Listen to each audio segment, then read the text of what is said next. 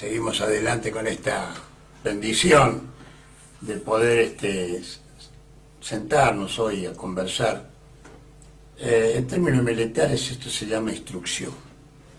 Instrucción no es simplemente una enseñanza, ni tampoco es una predicación.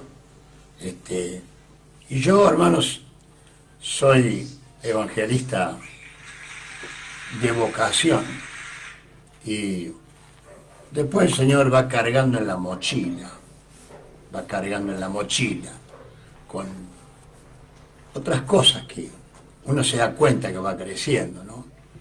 Y se lo digo porque a ustedes les ha pasado lo mismo, les estará pasando lo mismo, o se darán cuenta con el tiempo.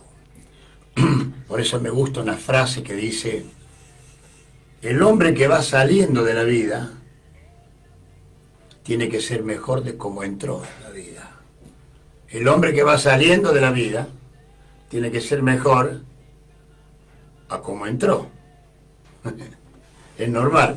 Entonces en las cosas espirituales también tenemos que buscar de proyectarnos, crecer, y estar así ahora acá. Como que yo en este momento soy el comandante que le está hablando a la Santísima Tropa, o a la Santísima Tropa, ¿sí? Hablando de estas cosas, y sobre todo ahora hablando de señoras y señores, podemos tener el mejor ejército del mundo, pero si no tenemos el Espíritu Santo, seguramente que vamos a morir en la contienda. Pero como estamos trabajando sobre un plan ganador, entonces es necesario que la tropa santa conozca cuáles son las condiciones para la victoria. Estaba enterándome que a veces cuando los estados entran en guerra, los gobiernos alquilan mercenarios. Son aquellos que se alquilan ahora están pagando $3.000 por día por 8 horas de pelea. A ellos, los mercenarios, no les importa si ganan o no ganan. Ellos vienen a pelear como cualquier otro trabajo. Ganen o pierdan, cobran y se van. Entonces, hay mayor probabilidad de perder cuando se alquilan mercenarios, pero hay mayor probabilidad de ganar cuando usamos locales y patriotas. ¿Por qué? Porque el patriota sabe la razón, la causa y el porqué de su guerra. Al mercenario no, y en la iglesia no hay lugar para obreros mercenarios. Si algún mercenario se te mete, el mismo espíritu lo saca, porque la tropa santa solo hay lugar para los santos. Y es un gran momento para nosotros hoy estar acá,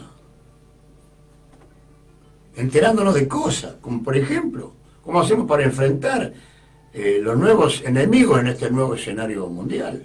Que la iglesia, fue el mismo coronavirus, que me olvidé de mencionarlo ahí porque es nuevo. ¿Cómo hacemos para enfrentar esto, no? Yo hace poco tuve una luz y titulé ese mensaje, esa conferencia, una oración con acción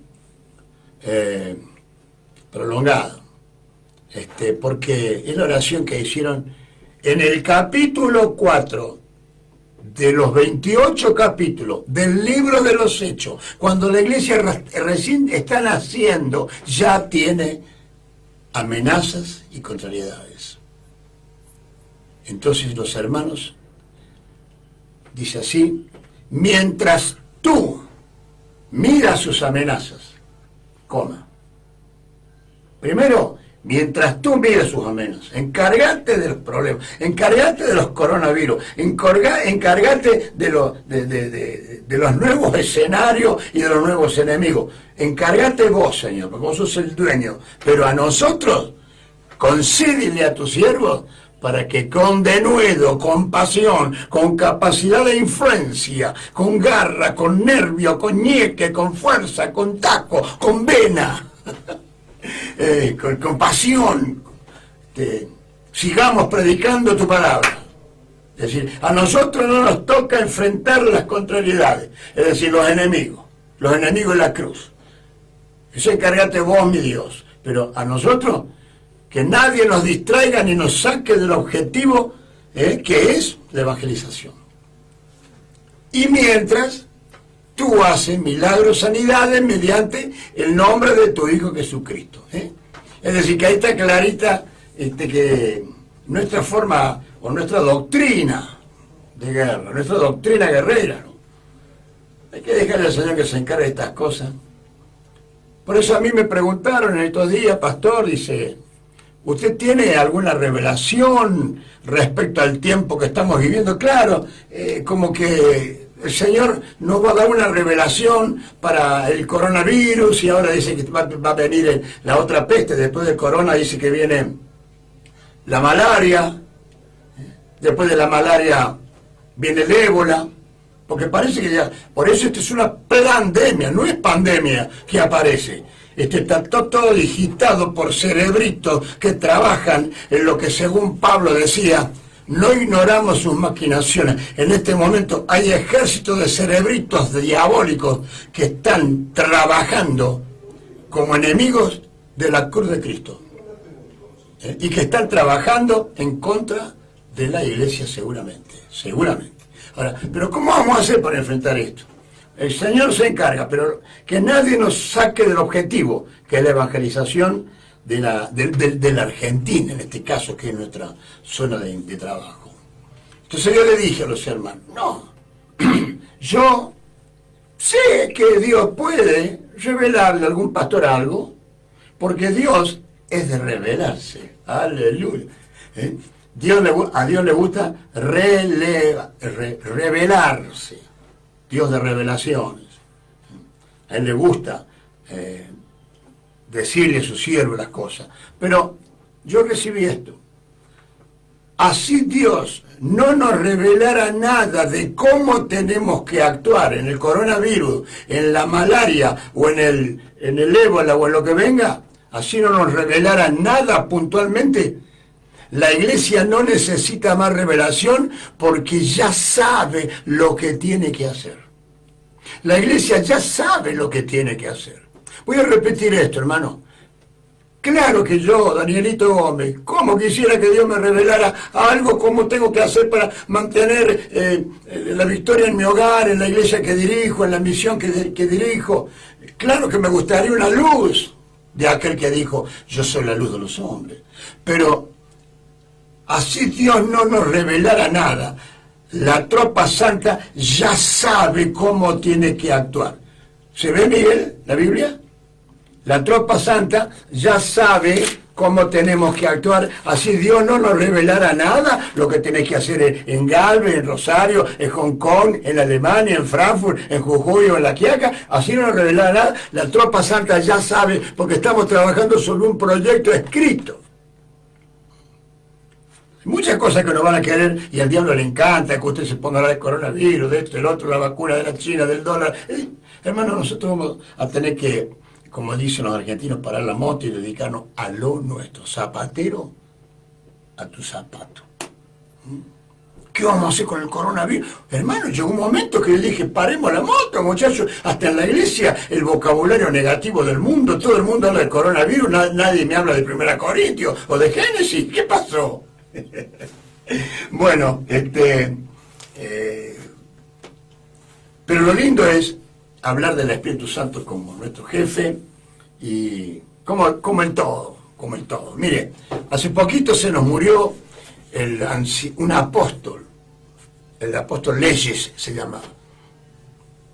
Fui hasta antes del coronavirus y fui al velorio y estaba él acostadito ahí. Le habían comprado un traje nuevo, una corbata nueva, lo habían peinado, lo habían aceitado, le habían arreglado el bigote. Estaba hermoso el hermano Leyes. Y yo lo miraba, ¿no? Tenía todo, la nariz, los ojos, el pelo, la corbata, tenía todo. Estaba hermoso el finadito, pero le faltaba vida. Y a veces así es una iglesia que no tiene el Espíritu. ¿Sabe cuál es en qué radica la victoria de un ejército? De la pólvora que tenga, de las armas que tenga. Pero aún todo eso no se va a mover si no hay voluntad, si no hay ganas, y esas cosas las del Espíritu. A mí hay pastores que me dicen, y hasta por mí cruzó el mismo miedito, la iglesia se me va a enfriar. Aquello que está calentado por el fuego, por el Espíritu Santo, no hay frío que lo enfríe. Escúcheme, usted sabe lo que es la atómica, ¿no? Yo no sé, pero más o menos leí algo. Cuando después de muchísimos años de trabajo de la energía atómica, el desperdicio, porque ya no sirve más, ya no tiene fuerza para las máquinas, para las usinas o para lo que haga falta, se pone en cápsulas de plomo y se lo pone a 100 metros abajo de la tierra y en cápsulas de plomo. ¿Sabe por qué? Porque todavía ese desperdicio tiene poder para 1.000.000 de años. Eso se llama la fusión, el calentamiento, la fusión de materiales cuando han sido tratados con la atómica. ¡Wow! Ahora, vamos a llevar eso de la física al plano de lo espiritual. Cuando una persona ha sido calentada, encendida por el fuego de Dios,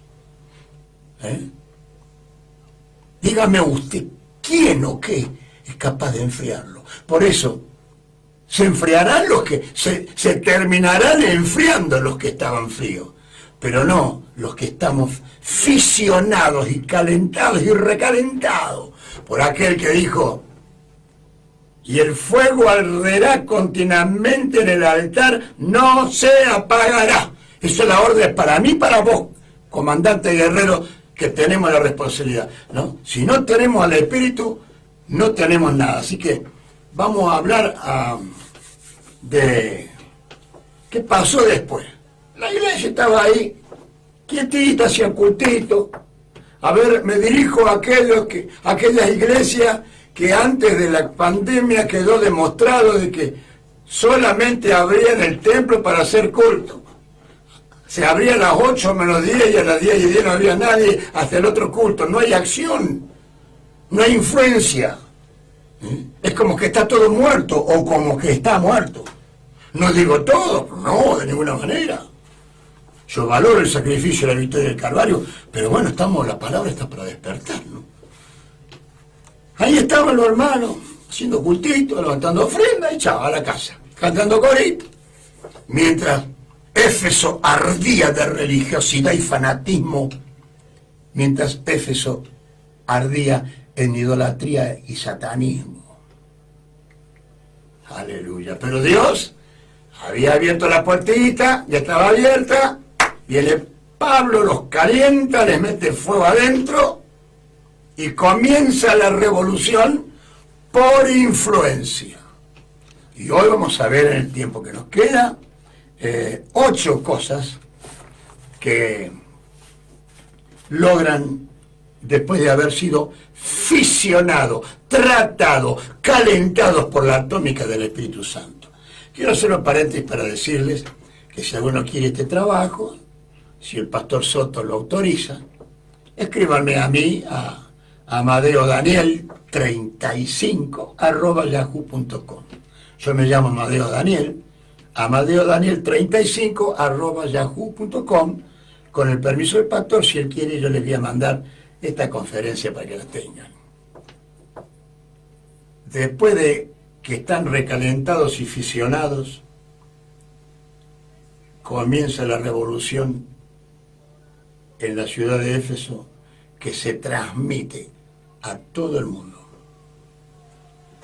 Era tan fuerte el poder de la influencia que tenían ahora fisionados, calentados, influenciados por el Espíritu Santo, que ellos logran influenciar en 8 áreas de la vida urbana, de la vida ciudadana. Primero, logran influenciar de tal manera a la altura que comienza a moverse lo sobrenatural de la iglesia. Hermano, yo le voy a decir algo. La palabra sobrenatural tampoco me gusta porque no está en la Biblia. Y si no está en la Biblia, bueno, qué sé yo. Pero es que está bien, porque nosotros queremos... Porque Dios, ¿qué es Dios? ¿Dios es natural o sobrenatural? ¿Qué me responde? ¿Dios es natural o sobrenatural? No, Dios es natural.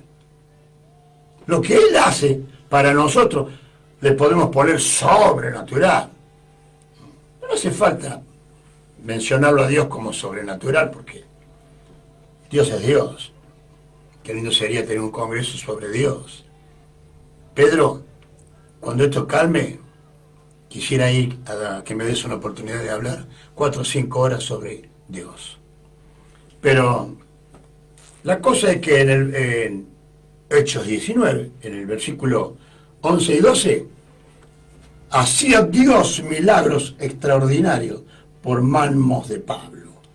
Es decir, se llevaban a los enfermos los trapos de Pablo y eran sanados los enfermos. El Espíritu se encargaba de todo, hacer milagros, y hasta se libera endemoniado. Es decir, que cuando la iglesia es influenciada por el Espíritu Santo, lo sobrenatural, ¿cómo sería? La gestión del Espíritu, si le gusta más, va a ser su aporte instantáneo. Aleluya. Porque dice que era tanto el poder que había en Pablo y en la gente que él había tocado, que la gente se llevaba el pañuelo, la corbata de Pablo, una media, es cualquier cosa, un zapato, el manto, no que como hacemos ahora, que le traemos los trapos de los nuestros enfermos y ahora aparecimos trayendo fotos y llaves, ya estamos ya medio saliéndonos del cuadro, pero bueno, se entiende, pero que hasta los trapos de esa gente estaban bendecidos para influenciar y bendecir a otros. Y hermano, cuando yo leo la Biblia, cuando vos lees la Biblia, aunque estamos leyendo algo que entra en categoría histórica, no es historia, porque la Biblia, la palabra de Dios no puede ser historia, porque la palabra de Dios es tan eterna como su autor. Y la Biblia está escrita porque tenemos la posibilidad que lo que pasó puede volver a suceder. Entonces, estoy hablando con la esperanza de que esto suceda, y que va a suceder, y que puede suceder, y que tiene que suceder, porque cuando tenemos al Espíritu Santo, se mueve las fuerzas de lo sobrenatural, se mueve la gestión del Espíritu, y si lo movemos al Espíritu, que nos capacita para hacer milagros, sanidad y maravillas, cosas que en Éfeso no habían visto jamás. Segunda influencia, la influencia sobre los engañadores. La pequeña iglesita comienza a influenciar sobre los engañadores, porque en el verso 13 dice: algunos de los judíos exorcistas ambulantes intentaron invocar el nombre del Señor Jesús sobre los que tenían espíritus inmundos, diciendo: os conjuro por Jesús, el que predica Pablo. Había 7 hijos de un tal Esceva, judío, jefe de los sacerdotes, que hacía esto. Es decir, que los hermanos, calentados y recalentados por el fuego del Espíritu Santo, logran influenciar sobre los engañadores hasta el punto que los descubre a los engañadores. Esto es lo que... Yo no soy profeta, pero esto es lo que va a pasar, que la iglesia... Hace rato que ya con su mensaje de salvación está descubriendo, está pateando los nidos de las hormigas, de los espíritus, está descubriendo las mentiras que pululan por la sociedad. El Evangelio de Cristo con la verdad descubre la mentira, saca los velos y pone a la gente frente a la realidad de su eternidad. cielo o infierno. ¿Qué le parece a usted, hermano, que cuando el Espíritu Santo está trabajando y gestionando a través de nosotros, la misma contra se va a poner en contra? La contra, los engañadores, se van a manifestar. Mire, me voy a ir del tema para decirle lo que yo acabo de enterarme. Yo acabo de enterarme de alguna estrategia del nuevo orden mundial. Y la estrategia sobre la que trabajan esta gente, trabajan sobre tres objetivos. Primero, secuestrar las patrias y las nacionalidades y todos los gobiernos, porque hay que darle todo el poder a un solo dictador que se llama el anticristo. Es decir, ellos tienden a terminar con Estados Unidos, con la India, con China, con Jujuy, con Catamarca, con Perú, con Buenos Aires, con todo lo que sea gobierno humano, ejército, fuerzas, poderes. Eso se llama secuestrar el poderío humano. Segundo, secuestrar la familia. Quiero que sepan que si esto prospera y va a prosperar, tu familia ya no es tuya, tus hijos son del Estado y hasta vos mismo vas a ser del Estado. Esta es la estrategia que tienen ellos, adueñarse de todo, a través de las escuelas, de nuestros hijos y la educación. Pero el tercer target que tienen ellos es este: secuestrar la iglesia de Cristo, la iglesia evangélica de Cristo. ¿Sabés qué dice? Secuestrar, hacer desaparecer a la iglesia de la Biblia, a la iglesia de los evangélicos, no al cristianismo. Cristianismo es otra palabra que no me gusta porque no está en la Biblia. Yo no soy cristiano, yo soy discípulo de Cristo, pero por eso no soy cristiano. Porque la palabra cristiano, lo que Cristo viene a buscar no es el cristianismo. Cristo viene a buscar ni siquiera la iglesia, sino su remanente santo, que esa es otra historia. Por eso decía, no todo el que me dice Señor, Señor, entrará en el reino de los cielos. No temáis manada pequeña, que a mi Padre os ha placido dar el reino. Muchos son los llamados y pocos los escogidos. Se está refiriendo al remanente santo. La iglesia masiva, donde están todos, esa no va el remanente santo, los que el Señor escoge para la salvación. Ahora, ¿cómo puede ser? Dice así, en el tercer proyecto que tienen: secuestrar la iglesia evangélica. ¿Y sabe lo que dice? Porque es el hueso más duro de roer. El hueso más duro de roer, lo acaba de decir el diablo. Y la iglesia tiene que estar contenta, nos hemos enterado por la bocota que ellos tienen, nos hemos enterado. Y eso está, métase en internet, lea las noticias, ore al Señor y va a ver cómo usted se va a enterar de lo que yo le estoy diciendo, le parece mentira. No es mentira. Y ellos han dicho y han declarado que el hueso más duro de roer que tiene el anticristo y el nuevo orden mundial, en su agenda, ¿sabe cuál es? La iglesia evangélica de Cristo. Y ahí yo nombro la estadística de cómo avanza el evangelio apostólico en el mundo, en la China, en la India, en Rusia, en todos los, el norte, sur y este y oeste que hay en el universo. Es tremenda cómo va avanzando el evangelio. Y a veces, como dijo mi hijo, el pastor Dani Jr., a veces la iglesia da como una empresa perdedora, pero no es así. Estamos ganando en todos los frentes. Da como. Porque vos ves que esto, que lo otro, y la iglesia.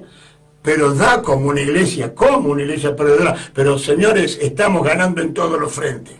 Para el nuevo orden mundial es más fácil hacer desaparecer Estados Unidos, Rusia, la China, la India y todo su poderío que hacer desaparecer los evangélicos, porque ellos lo han confesado, que la iglesia de Cristo en el planeta, aún Roma lo ha confesado, es el hueso más duro de roer.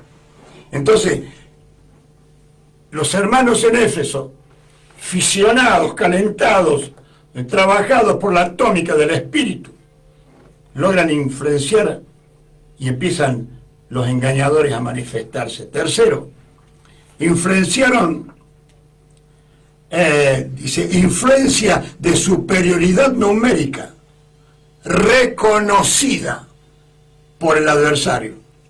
En el versículo 15 dice, pero respondiendo el espíritu malo dijo, a Jesús conozco y sé quién es Pablo.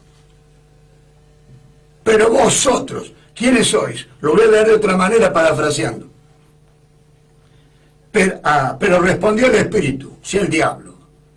A la iglesia de Pedro Soto, porque no me acuerdo cómo se llama el ministerio, a los cristianos, los evangélicos cristianos, los conozco. A Pablo lo conozco.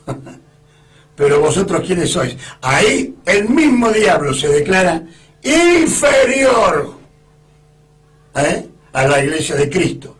El Espíritu respalda de tal manera a sus siervos que hasta el mismo diablo lo reconoce y lo publica. Voy a leer esto de nuevo.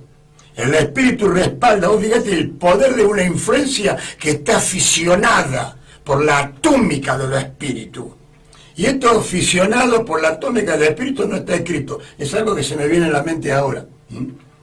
Que hasta el mismo enemigo declara que la iglesia de Cristo, usted que está en este congreso, es superior al diablo, a todos los diablos, a todos los demonios, a toda su organización. Punto número 4. Una influencia ambiental. Y en el versículo 17 dice así: y fue notorio a todos los que habitaban en Éfeso, así judíos como griegos, a todo el mundo. Fue notorio todo esto. La revolución que inició Pablo. Y tuvieron temor de ellos, y era magnificado el nombre del Señor Jesús. Es decir, que logran influenciar en todos los ámbitos de la ciudad. La visión de Jesús es mundial. Cuando se abre un ministerio en una ciudad, el propósito del Espíritu es tomar toda esa localidad para Jesús. Esto se llama ministración ambiental. Todo el ambiente es todo lo que está arriba y abajo de la atmósfera, ya sea espiritual o material. El ambiente es todo lo que está arriba y abajo de la atmósfera, eso es ambiente, ya sea físico, material o espiritual. Entonces, la iglesia que hacía cultitos ahí, en esa esquinita, y eran 12, influencian de tal manera que todo, vos te imaginás, todo el mundo, ¿qué pasa ahí en la esquina? ¿Qué pasa en la esquina? Un día, todo el mundo hablaba, me acuerdo de una anécdota que un día el abuelo de David Wilkerson, que tenía una iglesia en esas calles privadas de Nueva York, donde vive la gente de bien, de dinero, con esas grandes arboledas, silencio, donde juegan los pajaritos con las ardillas, qué lindo. Ahí tenía el viejito Wilkerson un culto. Y un día el abuelo le dice a David Wilkerson: vos andás por todo el mundo, pero nunca viniste a visitar al abuelo. Entonces le dice David Wilkerson: tenés razón, abuelo. Bueno, dame un día, pero con una condición: abrí las puertas y las ventanas, y entonces yo viera a predicar. Y el viejito, imagínate, tradicionalista, cada uno es como bueno, pero le hizo caso. Hubo un culto tan revolucionario que conmovió todo el barrio, toda esa parte. Y al otro día lo llama el comisario, o sea, el sheriff de la localidad, al pastor, el abuelito Wilkerson. Y el viejito iba en el auto pensando que por el lío que hubo anoche, capaz que me llame para meterme preso. Pero el comisario lo llama y le dice: ¿qué le pasó a esa iglesia? Por fin resucitó. Me enteré de todo lo que pasó anoche en su culto, que voy a ir esta noche. Vale, como decimos, a cuento, que la iglesia influencia en todos los ámbitos, y si no está influenciando es porque la iglesia tiene que trabajar ahora a full, es decir, No está trabajando a un 80%, antes trabajábamos un 50%, ahora estamos en un 80%, estamos en un 99,99%. No. Hoy tenemos que trabajar a full. Es ahora o nunca. Es todo o nada. O nada es o todo. En fin, para poder influenciar sobre todos, y me estoy acordando de Hechos cuando hablaba, dice, que los hermanos habían llegado a tener tanta influencia en la sociedad que tenían el favor de todo el pueblo. Es decir, yo quisiera preguntar a esta altura del mensaje, ¿y qué pasaría con los miembros de la iglesia de la Diana de los Efesios? Y le preguntaría a la Diana qué pasó su día, ¿qué hiciste, Diana? Bueno, pero no me va a contestar porque era una muñeca, ¿no? Pero la capacidad está en esto, influenciar, cuando uno está aficionado por la atómica del espíritu, influenciar en todos los rincones de la ciudad, aleluya. En el punto número 5, el que más me gusta, esa pequeña iglesia aficionada por la atómica del espíritu, logra influenciar sobre la culpa de la gente. Y muchos, verso 18, de los que habían creído venían confesando y dando cuenta de sus hechos. Es decir, eran 11, había miles. Sin embargo, muchos creen, dice, muchos vinieron, dice, muchos de los que habían creído venían. ¿Venían a dónde? Venían de donde estaban, a la iglesita chiquita, fisionada por la atómica del espíritu. Por eso, hermanos, ahí donde la iglesia pegó un crecimiento que ahora vamos a ver. Venían confesando, es decir, ahí no había radio, televisión, no había internet, no había predicación en las calles todavía, en el sentido de hacer una campaña en la calle, en la plaza, sino que el mismo Espíritu Santo salió a la ciudad para convencer a los vecinos de sus pecados. Aleluya. Bueno, porque el Espíritu Santo también sale por la ciudad para convencer, porque si no sale el Espíritu Santo movido por la iglesia a hacerle entender a la sociedad, persuadirlo de que está en pecado, no habrá evangelismo. De tal manera que con poco éxito, con poco gasto, con poca inversión, digamos, y con poca gente, tuvieron un éxito y una victoria impresionante, porque venían. ¿Quién me toma esta palabra? Van a venir a tu iglesia. Y yo no soy profeta, lo deduzco de acá, ni me interesa ser profeta. Porque no voy a hacer cosas que yo, porque haya dicho una profecía, o haya dicho algo y salió, ahora ya me tengo que mandar un credencial de profeta. No. Pero sí leer tendencias. Y yo veo que esto se va a cumplir. De tal manera que influenciaron. Cuando esté el Espíritu Santo, el mismo Espíritu Santo trae a la gente, mirá, Hechos capítulo 4 creo, cuando dice, y el Señor añadía cada día a la iglesia los que habían de ser salvos. Cada día el Espíritu iba mandando a la gente, iba mandando, y eran poquitos, pero el Espíritu iba mandando. ¿Por qué? Porque el Espíritu tocaba el sentido de culpabilidad de la gente, y la gente venía corriendo a pedir, y por eso decía, varones, ¿qué tenemos que hacer para ser salvos? Y Pedro decía, convertíos, creed, arrepentidos, bautícense y recibirán el don del Espíritu Santo. Influenciaron sobre la culpa. Un día, en una ciudad por ahí en Italia, dice que los 5.000 que vivían en ese pueblito, esa noche soñaron el mismo sueño. Y soñaron, ¿sabe qué? Que Cristo venía y se llevaba a la iglesia y el mundo quedaba. Y ellos fueron a los pastores para ser salvos. ¿Qué quiero decir con esto?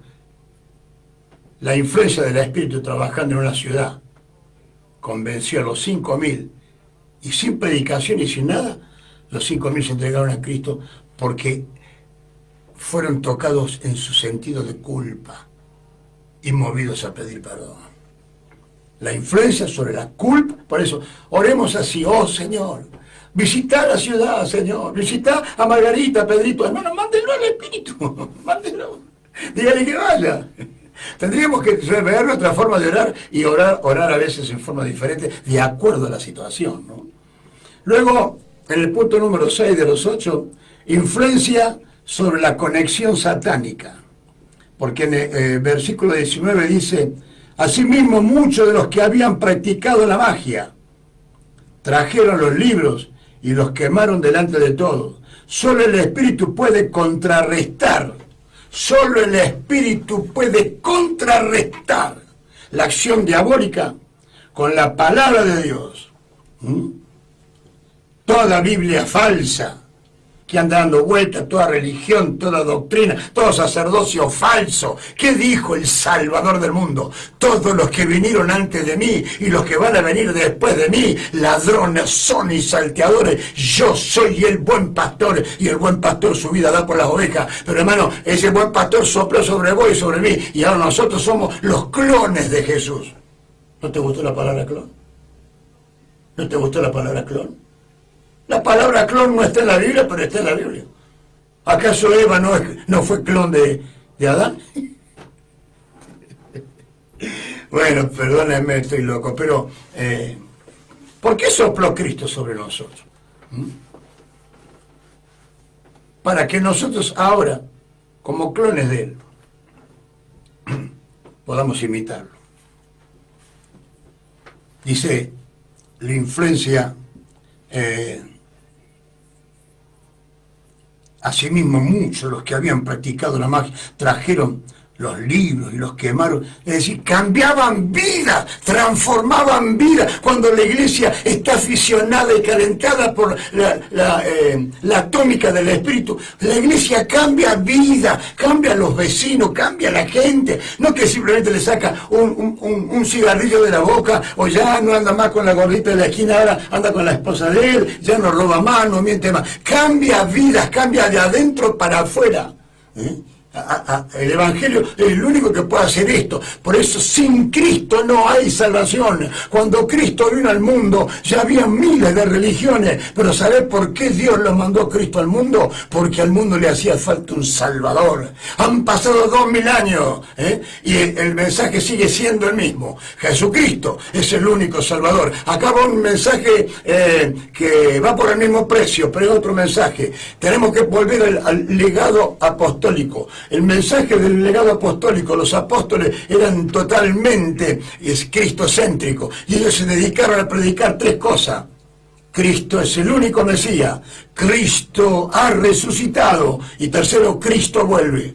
Va de nuevo, Cristo es el único Mesías, el único hombre respaldado por el cielo y por Dios es Cristo, el Hijo de Dios. Segundo, ha resucitado. El Salvador nuestro no está en una tumba o encenizado por ahí, ha resucitado y está con nosotros. Tercero, vuelve. Ese es el legado apostólico. Deberíamos olvidar un poco la parte temática y de la predicación del glorioso combo del Evangelio y dedicarnos en estos días a destacar en Cristo la única salvación. Es decir, que la gente se da cuenta que esto que tenían estos 12 miembritos de esa iglesia humilde, ellos tenían a Cristo, tenían la verdad. Por eso, ¿por qué trajeron los libros y las cosas y a ver las imágenes y todo? Pues estamos renunciando a todo. Mirá qué poder que tenía esa iglesia, hermano. Yo he leído una estadística que dice que los primeros apóstoles en 100 años llenaron el mundo de su tiempo con el conocimiento de Cristo, cosa que la iglesia en 2019 años no pudo lograrlo ni igualarlo, ni siquiera igualarlo o más o menos aparecerse ahí. Algo está pasando. Ellos tenían al Espíritu Santo, el poder del... Para ellos, Hechos 2 fue una constante en sus vidas. Vivieron en Pentecostés. Nada los enfrió, nada les hizo desviar su visión, cambiar su misión. Y por nada del mundo rifaron el ánimo que tenían. estaban conscientes para esto, hemos nacido y hasta dieron la vida por causa de Cristo. Ellos con ese poder de influencia lograron influenciar de tal manera que traían la vieja vida y la quemaban en la propuesta de la Iglesia de Cristo. En el punto número 7, influenciaron sobre la idolatría organizada. En verso 23-24, hubo por aquel tiempo un disturbio no pequeño acerca del camino con mayúscula. Porque un platero llamado Demetrio, que hacía de plata templecitos de Diana, daba no poca ganancia a los artífices. Es decir, esto está relacionado con lo que Cristo dijo después, que hay pastores que no parecen pastores, pero son ladrones y salteadores. Y también los tildó de asalariados. Los que mercan y trabajan con la necesidad, la desesperación del otro. El Espíritu Santo solo respalda la doctrina de los apóstoles de Jesús y su predicación.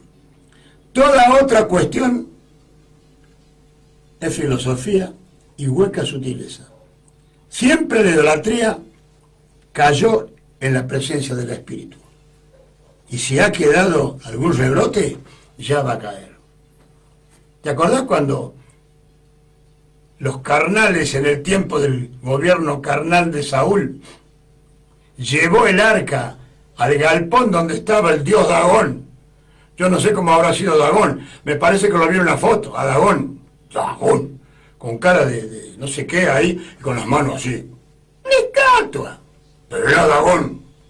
Cuando pone el arca del pacto ahí, al otro día fueron a ver, se le habían caído las manos a Dagón. ¿Quién le cortó las manos a Dagón? Bueno, y al otro día fueron a ver y Dagón ya estaba en el suelo. Esto, yo me río, pero no por la ignorancia, cada uno hace lo que cree, quiere como puede, y forma su futuro de acuerdo a la perspectiva individual. Pero, señores, hay realidades a las que debemos considerar porque está en juego nuestro destino. Cielo o no cielo, para no decir infierno, que queda feo, ¿no? Pero el punto es este: influencia sobre la idolatría organizada. Hasta tal punto, dice, que cuando aparece el Evangelio, con la verdad y con un Cristo vivo, los que vivían del dolor de los otros, los que hacían mercadería del sufrimiento ajeno, caen a los pies de la verdad. La mentira cae a los pies de la verdad. Y digo más, la Iglesia de Cristo, de acuerdo a la Biblia, vos hermano que estás en este congreso, de acuerdo a la Biblia, somos la única depositaria de la verdad en el mundo y en el universo. La Biblia dice así. La Biblia dice así. La Iglesia es columna y soporte de la verdad. Es decir que la verdad, que no es una palabra de 6 letras, sino una persona que se llama Jesús, merece la apologética. ¿Qué es lo que es eso? Que la Iglesia la defienda y que la Iglesia la proclame. Estoy hablando de la apologética de la Iglesia. ¿Qué es apologética? Levántese, defienda su fe, defienda su predicación, defienda su doctrina, defienda la Biblia, defienda la Iglesia. Eso es apologética. Discutir es presentar con vehemencia y con seguridad que usted es mayor que la mentira, porque a la mentira la representa el diablo, a la verdad la representa Cristo. Por eso Jesucristo dijo un día: yo soy el camino, yo soy la verdad y yo soy la vida. Y vamos al punto número 8. El 7 era la influencia sobre la idolatría organizada. Esta pequeña iglesia desmantelaron todo culto, desmantelaron todo culto. Y en el punto número 8, influenciaron tanto en la sociedad en cuanto a crecimiento y prevalencia. Prevalencia es sobresalir, superioridad, ventaja, mantenerse, continuar existiendo, sustentarse en el tiempo. El versículo 20 dice así: así, es decir, así como veníamos leyendo, crecía y prevalecía poderosamente la palabra del Señor. Señoras y señores, la Iglesia de Cristo ha prevalecido a pesar de los siglos, de sus enemigos y de los tiempos, porque el Espíritu Santo está en operaciones. La Iglesia católica, apostólica cristiana, o sea, los evangélicos, estamos llamados a la victoria total, porque es un propósito del Padre, es un propósito del Padre.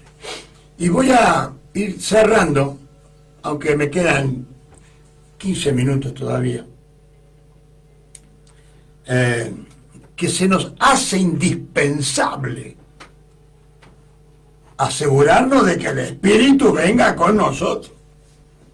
No vaya a ser cosas que nosotros suponemos, como supuso Sansón, y el Espíritu se le fue. Porque el Espíritu cuando te entra hace un ruido bárbaro, pero cuando se te va ni lo notas. Saúl pasó 40 años, Dios derramando unción y bendición sobre un vaso que nunca retuvo nada. Por eso tuvo que eliminarlo. Pero cuando se termina el reino carnal de Saúl y aparece David con su reino espiritual, cuando aparece David, cuando ya se ve coronado, el que conocía el ir y venir de un pueblo bajo un gobierno carnal, él como siervo enamorado de Dios, que lo conocía a Dios desde la montaña, apenas sube al gobierno, él toma una medida. Y está en 2 Samuel 6. Y se levantó David y partió de Baalá, de Judá, con todo el pueblo que tenía consigo, para hacer pasar de allí el arca, que hacía 40 años que el pueblo funcionaba sin el arca, sin la presencia, sobre la cual era invocado el nombre de Jehová de los ejércitos, que mora entre los querubines. Él dijo, lo primero, vamos a decirnos la verdad. Acá no está el arca. Por eso las cosas van como van. Vamos a traer el arca. Vamos a traer la presencia. Señores, estamos a punto del arrebatamiento. Jesús está en la esquina. Sin arrebatamiento no hay salvación posible. Por lo tanto, lo primero que hace David es ir a buscar la presencia de Dios para el reino. Es decir, se dijo la verdad a sí mismo. Con apariencia no vamos a llegar a ningún lado. Acá necesitamos traer al Espíritu para tener un reinado brillante. Segundo, ¿cómo hacer para recuperar la presencia? Primero, decirse la verdad. Dígase la verdad, hermano. Es costumbre que tenemos. ¿Cómo va? Vamos bien. Vamos bien, pero mirá, no vamos bien. ¿O vos te crees lo que dijo Menem? Estamos bien, pero vamos mal, pero estamos bien. Ese es yo. Vamos a decirnos la verdad cómo están las cosas. Acá me hace falta una nueva manifestación del Espíritu en mi vida, en mi casa, en mi hogar, en mi familia, como comandante, como responsable de la evangelización final. Necesito el Espíritu. Porque me he dado cuenta que sin Él no soy nada. Así tenga 1.000 millones de dólares para invertir en la obra. En vano edifican los edificadores si Jehová no edifica la casa. Segunda cosa, hay que reunirse con personas del mismo palo, que tengan el mismo propósito. Con gente espiritual que piensa lo mismo. Por eso en 2 Samuel 6:1 David volvió a reunirse con todos los escogidos de Israel, que eran como 30.000 hombres en toda la inmensidad de un pueblo carnal, porque había un rey carnal. Él busca a gente espiritual. Oiga, hermano, cuide su vida, con quién se junta, con quién anda, a quién le cuenta sus cosas, a quién escucha. Dice que él buscó hombres que tuvieran el mismo propósito. Voy a levantar mis manos para decirle a los pastores presentes, busquen espirituales, porque no todo el pueblo que te sigue es espiritual. Buscate lo que vos creés que son espirituales según la revelación, y con ellos haz el trabajo que falta. Se trata del poder del acuerdo.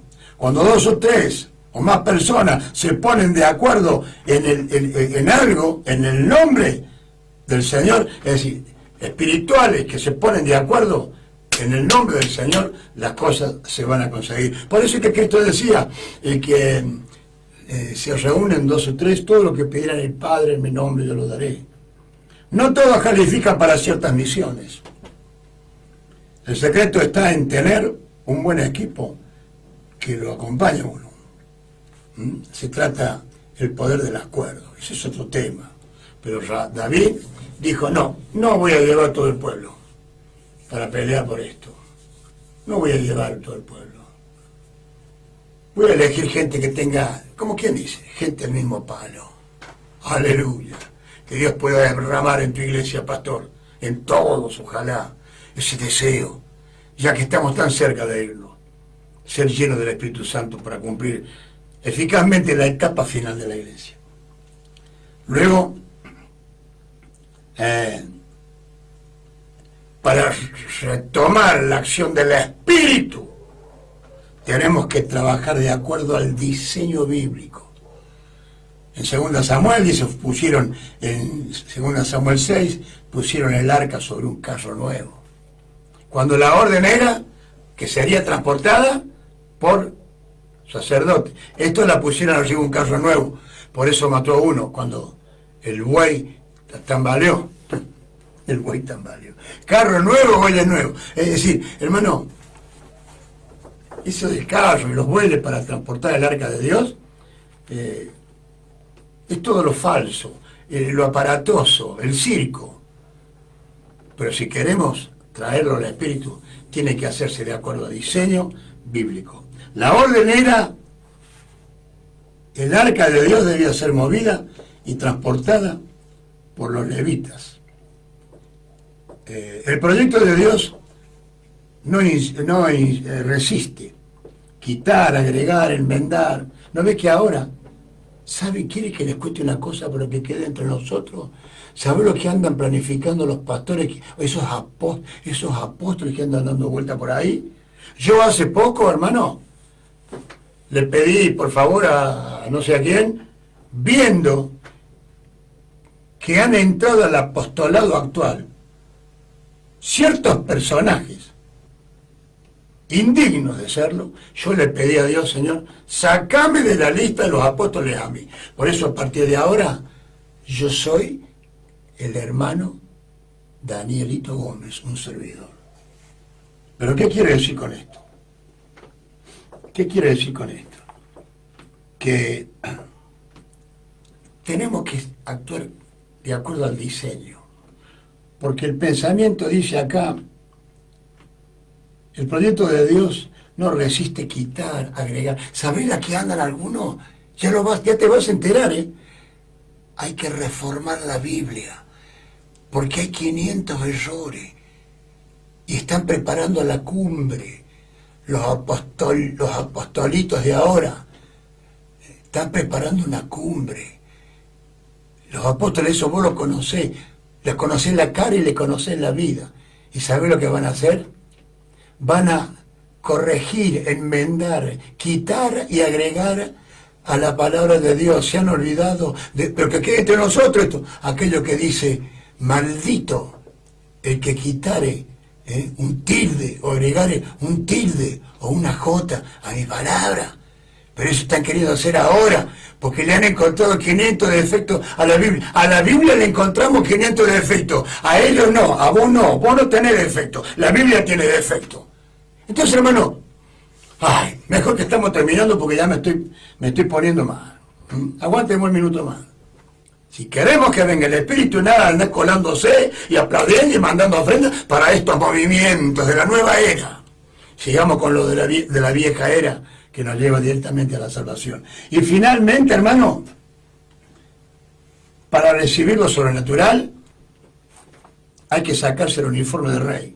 Segunda Samuel 6, y David danzaba, porque cuando vio que venía el arca, David estaba vestido de rey, estaba lleno los dedos de anillos de oro, la corona, estaba con la bota de rey, estaba con el manto del rey, qué sé yo. Cuando vio que viene el arca, sale corriendo a la pieza del palacio, se cambia la ropa, tira la corona al suelo, se saca la chancleta esa de oro y se viste como un hombre común.